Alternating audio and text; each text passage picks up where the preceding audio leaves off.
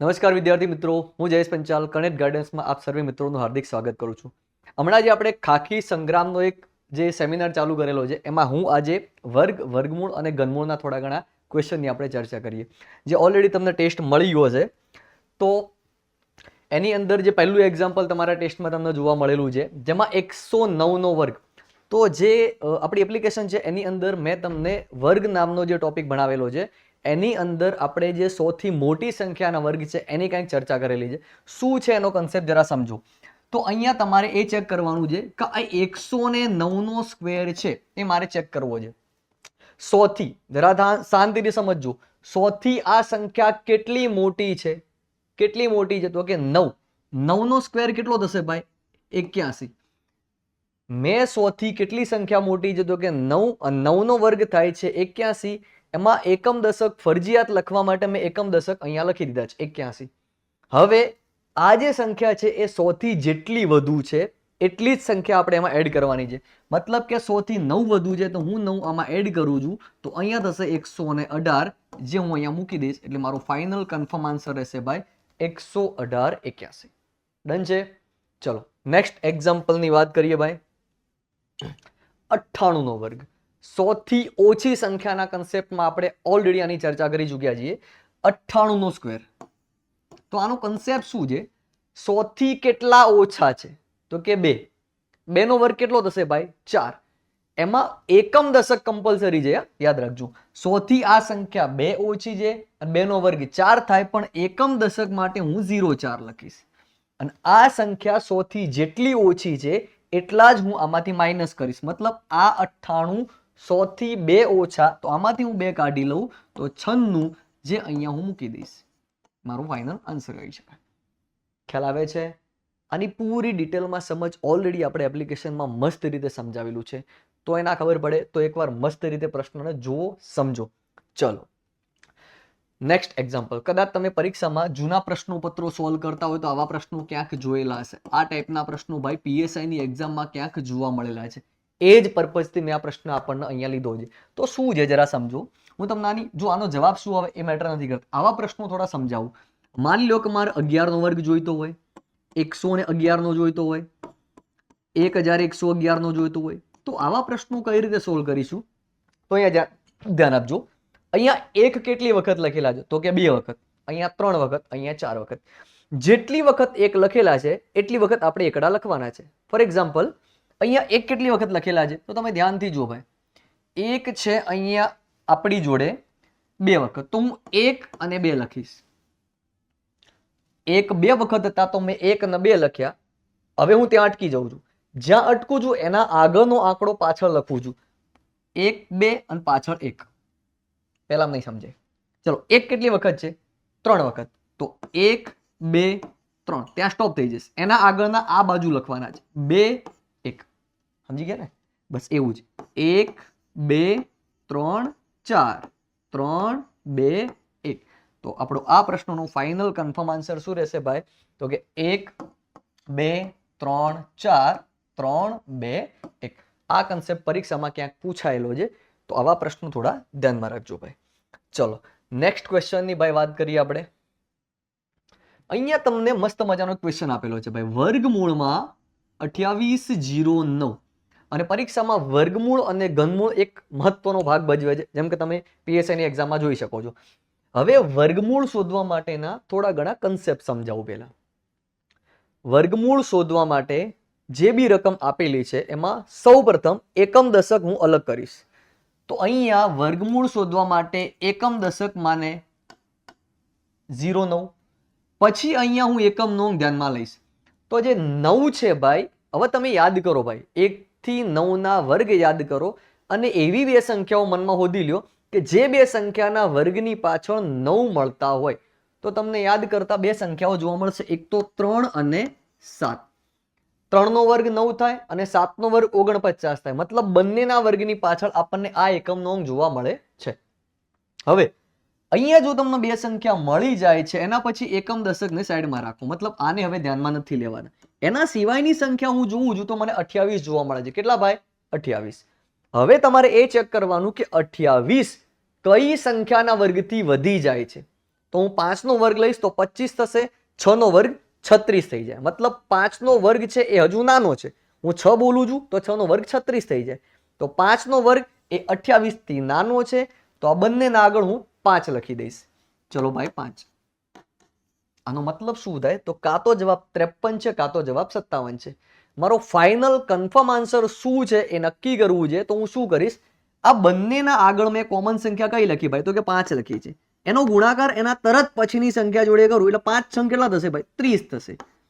હવે આને ધ્યાનમાં નથી લેવાના. ધ્યાનમાં શું લેવાનું છે? તો કે રકમ. મતલબ આ 30 કરતા આપણા 28 કેવા છે? તો કે નાના છે. તો આપણો જવાબ રહેશે ભાઈ 53. ફાઇનલ આન્સર શું રહેશે ભાઈ? 53 એટલે કે 53. મતલબ કે 2809 એ 53 નો વર્ગ કહી શકાય. ઠીક છે, ચલો નેક્સ્ટ એક્ઝામ્પલ. જો હજુ એક એક્ઝામ્પલ પ્રેક્ટિસ માટે મેં લીધું છે, જરા ચેક કરીએ. 37 21. જો પેલામાં ન સમજાયું હોય તો આમાં એકવાર સમજી લેજો. વર્ગમૂળ શોધવા માટે સૌથી પહેલા એકમ દશક. ચલો એકમ દશક જોડે જોડે બોલતા રહેવાનું તો મજા આવશે. એકમનો કેટલો છે ભાઈ? તો કે 1. કઈ સંખ્યાના વર્ગની પાછળ મળે? તો કે 1 અને 9 બંનેના વર્ગની પાછળ 1 મળે. યાદ કરો, 1 નો વર્ગ 1, 9 નો વર્ગ 81. ડન છે. 1 અને 9 મળી ગયા. અવાન સાઈડમાં રાખો. ચલો 37. 6 નો વર્ગ 36. 7 નો વર્ગ વધી જાય. કોનો વધે નહીં? 6. બંનેને આગળ લખી નાખું છું 6. જવાબ નક્કી કરવા 6 નો ગુણાકાર કોની જોડે ભાઈ? 7 જોડે. 6 સીતું 42. પણ આના કરતા આ 37 કેવા છે ભાઈ? નાના છે. તો મારો ફાઇનલ આન્સર શું રહેશે ભાઈ? 61. સમજાય છે? ફાઇનલ આન્સર શું રહેશે? 61. ચલો નેક્સ્ટ એક્ઝામ્પલ. ઘનમૂળ છે. અહીંયા શું છે ભાઈ? ઘનમૂળ છે. જરા ધ્યાન દેજો. એની માટે મેં તમને પહેલા જ વાત કરેલી છે કે તમને ઘન આવડવા જોઈએ. 92 61. સમજો હવે, વર્ગમૂળ શોધવા એકમ દશક અલગ કરતા ઘનમૂળ શોધવા એકમ દશક 100. ચલો એકમ દશક 100. 1 અહીંયા આમ જોવા જઈએ તો પ્રશ્ન હેલો જો. માત્ર તમને બે વસ્તુની જરૂર છે. એક તો 1 થી 10 ના ઘન ક્લિયર હોવા જોઈએ, અને હવે જે તમને કન્સેપ્ટ સમજાવવા જઈ રહ્યો છું એ કન્સેપ્ટ ક્લિયર હોવો જોઈએ. એક કઈ સંખ્યાના ઘનની પાછળ આવે? તો એક જ સંખ્યા આવશે. 1. 1 નો ઘન 1 થાય. બીજી કોઈ સંખ્યાના ઘનના એકમના અંકમાં 1 જોવા મળતા નથી. મતલબ આ 1 માટે હું 1 લખી દઈશ. ડન છે. 3 અંકો ભૂલી જાઓ. એના સિવાય શું વધ્યું ભાઈ? તો કે 9. 1 નો ઘન 1 થાય, 2 નો ઘન 8 થાય, 3 નો ઘન વધી જાય. કોનો ના વધે? તો કે 2 નો. એ 2 હું અહીંયા લખી નાખું, જેને આપણે આપણો જવાબ કહીશું ભાઈ. શું કહીશું? જવાબ. છે ને બહુ મસ્ત મજાની પેટર્ન. જોઈએ આવું છે એક એક્ઝામ્પલ તમને મેં પ્રેક્ટિસ માટે આપેલું છે. 85,184. ચેક કરીએ, જરા ધ્યાન દેજો. 85,184. એનું મારે શું શોધવું ભાઈ? તો કે ઘનમૂળ શોધવું છે. પાછું એકમ દશક 100. એકમ દશક 100. 4 કઈ સંખ્યાના ઘનના એકમના અંકમાં આવે? તો કે 4 માં જ આવે. 4 નો ઘન 64 થાય. બીજી કોઈ સંખ્યાના ઘનમાં જોવા મળે નહીં. હવે કેટલા વધે? તો કે 85. 1 નો ઘન 1, 2 નો 8, 3 નો 27, 4 નો 64 અને 5 નો વધી જાય. 5 નો ઘન કેટલો થઈ જાય? 125. વધવો જોઈએ નહીં. 4 નો ઘન નાનો છે. તો આ છે એનો ફાઇનલ આન્સર આવશે ભાઈ 44. શું આન્સર રહેશે ભાઈ? 44. થાય છે ક્લિયર? ડન છે. ચલો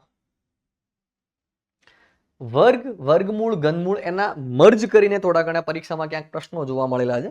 તો એ ટાઈપના પ્રશ્નો આપણે અહીંયા લઈએ જરા. ચલો શું છે પ્રશ્ન? તો કે 158 પ્લસ વર્ગમૂળમાં 128 માઇનસ વર્ગમૂળમાં 49. કાંઈ જ કરવા નથી. વર્ગ આવડે છે, જોઈ લ્યો. આને હું કાઢી લઉં એટલે એનો મતલબ કે 7 થાય ભાઈ. 128 માંથી 7 કાઢું તો આનો મતલબ 121 થાય. 121 કોનો વર્ગ? તો કે સાહેબ 11 નો વર્ગ છે. જેવા હું 58 માં 11 એડ કરું એટલે કેટલા થશે? 169. બરાબર ને? વાકોનો વર્ગ છે ભાઈ 13 નો વર્ગ છે. એટલે આપણો ફાઇનલ કન્ફર્મ આન્સર શું રહેશે મિત્રો? 13. ડન છે. ચલો નેક્સ્ટ એક્ઝામ્પલ જોઈએ. મિશ્ર અપૂર્ણાંકમાં એક સંખ્યા આપેલી છે જેને કન્વર્ટ કરી અને આપણે એનું વર્ગમૂળ શોધીએ. 1.9 ના ભાગમાં 16 જે વર્ગમૂળમાં છે. તો એનો જવાબ લાવવા માટે પહેલા આપણે શું કરીશું? તો જે સંખ્યા મિશ્ર અપૂર્ણાંકમાં છે એને સાદા અપૂર્ણાંકમાં કન્વર્ટ કરીએ. મતલબ 16 એકુ 16 પ્લસ 9 આનો ગુણાકાર થાય ને પછી એમાં પ્લસ થાય 16 એકા 16 પ્લસ 9 મતલબ ભાઈ 25 ના ભાગમાં 16 જે હજુ વર્ગમૂળમાં જ છે. જ્યારે એનું વર્ગમૂળ આપણે કાઢી લઈએ એટલે આપણો ફાઇનલ આન્સર રહેશે 5 ના ભાગમાં 4 જે તમને ઓપ્શનમાં આપેલું હશે. શું આન્સર રહેશે ભાઈ 5 ના ભાગમાં 4. ચલો નેક્સ્ટ ક્વેશ્ચન તરફ. બહુ મસ્ત મજાનો પ્રશ્ન છે, જરા ધ્યાન દેજો. અહીંયા કંઈક આવું છે 0.01 પ્લસ વર્ગમૂળમાં 0.0064. હવે પહેલા હું આનું વર્ગમૂળની વાત કરું તો ચલો આની આપણે માથાકૂટ નથી કરતા. 0.01 પ્લસ યાદ કરો ભાઈ 0.64 મતલબ 8 4 ના અડધા 2 એટલે આનું વર્ગમૂળ શું નીકળે ભાઈ 0.08. જ્યારે હવે આપણા બેનો સરવાળો કરીએ ને ભાઈ તો શું આન્સર મળશે 0.09. કન્ફર્મ આન્સર છે તો કે 0.3. આનો ફાઇનલ આન્સર શું રહેશે દોસ્તો 0.3. કન્ફર્મ છે. ચલો નેક્સ્ટ એક્ઝામ્પલ. ચલો y ની એક વેલ્યુ આપેલી છે. જો y બરાબર 5 તો હવે અહીંયા કંઈ કરવા નથી, જે જગ્યાએ તમને y જોવા મળે ત્યાં તમારે શું લખી નાખવાનું 5. ચલો જરા ટ્રાય કરજો.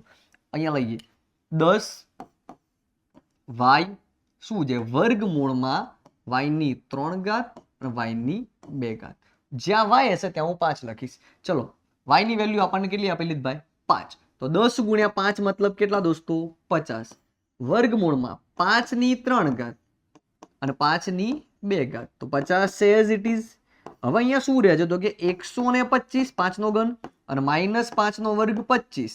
હવે 125 માંથી પછી કાઢી લ્યો તો વધ્યા શું ભાઈ તો કે 50 અને વર્ગમૂળમાં 100.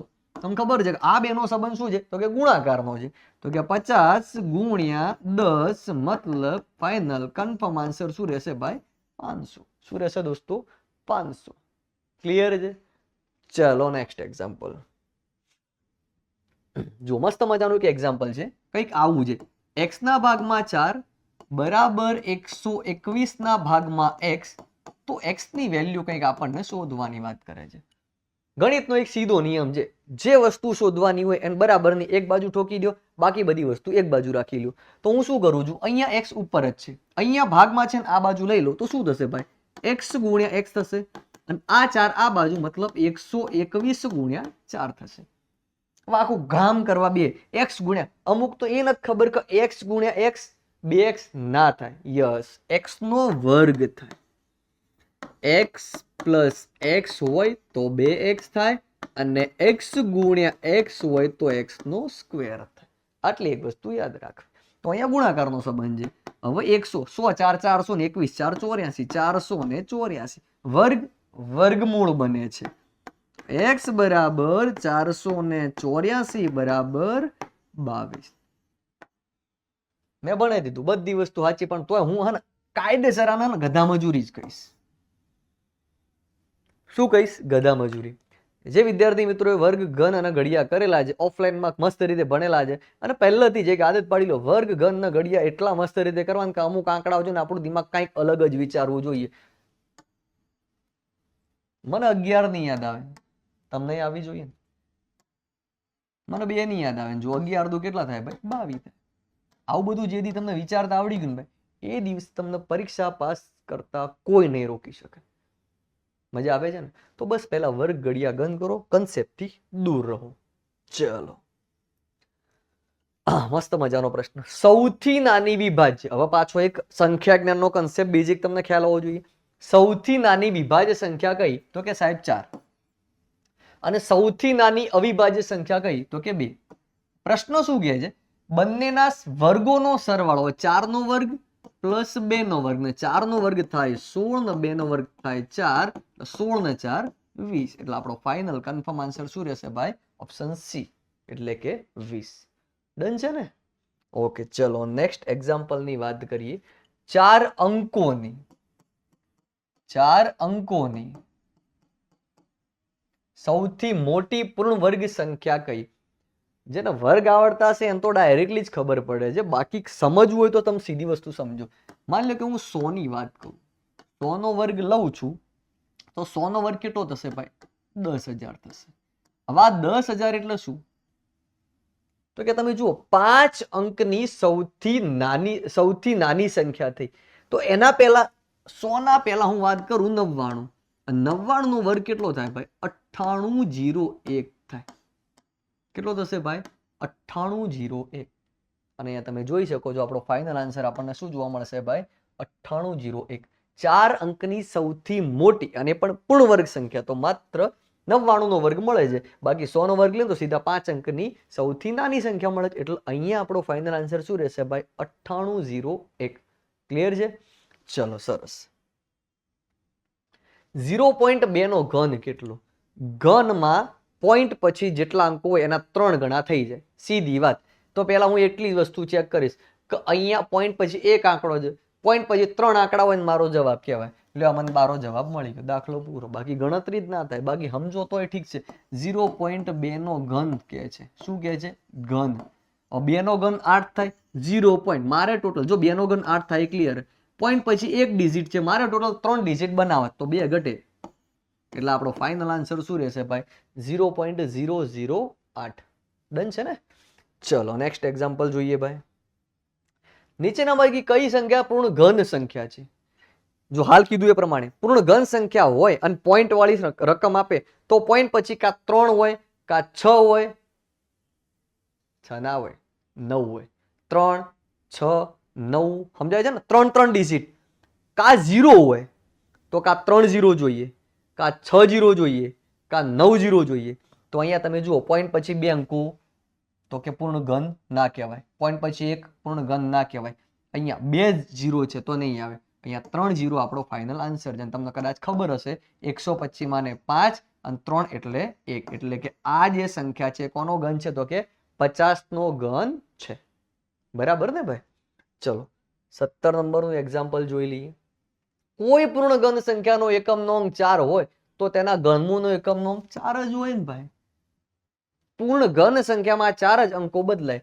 જો કોઈ પૂર્ણ ઘન સંખ્યામાં એકમનો અંક 2 છે તો એનો એકમનો અંક 8 આવે. જો કોઈ પૂર્ણ ઘન સંખ્યાનો એકમનો અંક 8 હોય તો એનો એકમનો અંક 2 આવે. મતલબ 2 હોય તો 8, 8 હોય તો 2. જો કોઈ પૂર્ણ ઘન સંખ્યાનો એકમનો અંક 3 છે તો એનો એકમનો અંક 7 આવે. અને જો એ સંખ્યાનો એકમનો અંક 7 હોય તો એનું ઘનમૂળ કરતા એકમનો અંક 3 આવે. બાકી બધામાં એઝ ઇટ ઇઝ રહે. મતલબ જો અહીંયા તમને 4 આપ્યો હોત તો અહીંયા 2 આપ્યું હોત તો 8 લખત, 8 આપ્યું હોય તો 2, 3 હોત તો 7 ને 7 હોય 3.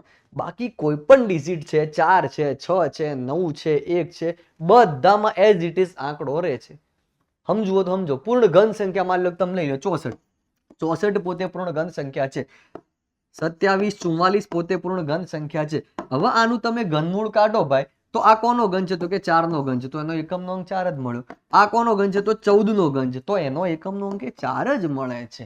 બસ હું એમ કહેવા માંગુ છું. ઠીક છે ને? ચલો નેક્સ્ટ એક્ઝામ્પલ ભાઈ. નીચેનામાંથી કયું વિધાન ખોટું છે? મસ્ત પ્રશ્ન. દરેક સંખ્યા પાછી પૂર્ણ ઘન છે. દરેક સંખ્યા કેવી છે? પૂર્ણ ઘન. હવે અહીંયા સમજો મસ્ત રીતે. ચલો 40 જો હાલ વાત કરીને હાલ જે મૌખિક ચર્ચા કરી એમાંથી જ જવાબ આવી જશે. સમજી લો.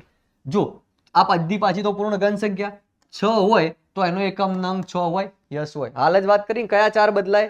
2 હોય તો 8, 8 હોય તો 2, 3 હોય તો 7, 7 હોય તો 3. બાકી બધામાં એનું એ મતલબ 6 છે તો 6 રે. ડન છે. આ સાચું છે. આપણે ખોટું શોધવાનું છે. 5 છે તો 5 જ હોય. 4 છે તો 4 છે. 12 167 ના ઘનમૂળનો એકમનો અંક 7 નહીં આવે. શું આવશે ભાઈ? 3 આવશે. તો આ આપણો આનો જવાબ કહેવાય. મતલબ ખોટું સેન્ટેન્સ પૂછે છે તો આવશે option she is the correct answer. Ready ભાઈ? ચલો નેક્સ્ટ ક્વેશ્ચન. મસ્ત મજાનો ક્વેશ્ચન છે. અહીંયા સમજાવું છું બોર્ડમાં, તમને સમજજો. અહીંયા કઈક પ્રશ્ન આવો છે તમને ત્યાં ના દેખાતો ધ્યાન રાખજો. 0.0169 એની જ આ પાછું આખું છે ને વર્ગમૂળમાં હતું ગુણ્યા, એટલે એને હું વર્ગમૂળમાં એઝ ઇટ ઇઝ રાખું છું, ગુણ્યા x બરાબર 1.3 છે. હવે આનું ગણતરી કરી દેતા જરા સમજો. આનું આપણે વર્ગમૂળ કાઢી શકીએ. મતલબ 0.13 ગુણ્યા વર્ગમૂળમાં x બરાબર 1.3. આની વાત કરું તો ભાઈ હું આને 13 ના ભાગમાં 100 લખી શકું છું. આની આપણે કંઈ જ પ્રોસેસ કરી નથી. બરાબર આને લખું છું 13 ના ભાગમાં 10. હવે આને શોધવા બધી આઈટમ આ બાજુ લઈ લઉં છું તો શું થશે ભાઈ? વર્ગમૂળમાં x બરાબર 13 ના ભાગમાં 10 છે. આ પદ આ બાજુ જાય એટલે 100 ના ભાગમાં 13 બને. અને જ્યારે 13 કાઢી લઉં, 0 0 કાઢી લઉં એટલે કંઈક આવું વધે ભાઈ. વર્ગમૂળમાં x બરાબર 10, પણ મારે x ની વેલ્યુ શોધવી છે ને, તો બરાબરની બીજી બાજુ કોઈ પણ વસ્તુ એની વિરોધી થાય.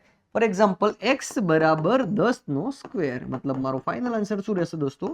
તો 100. Option C. ડન છે. ચલો નેક્સ્ટ એક્ઝામ્પલ, મતલબ કે છેલ્લું એક્ઝામ્પલ.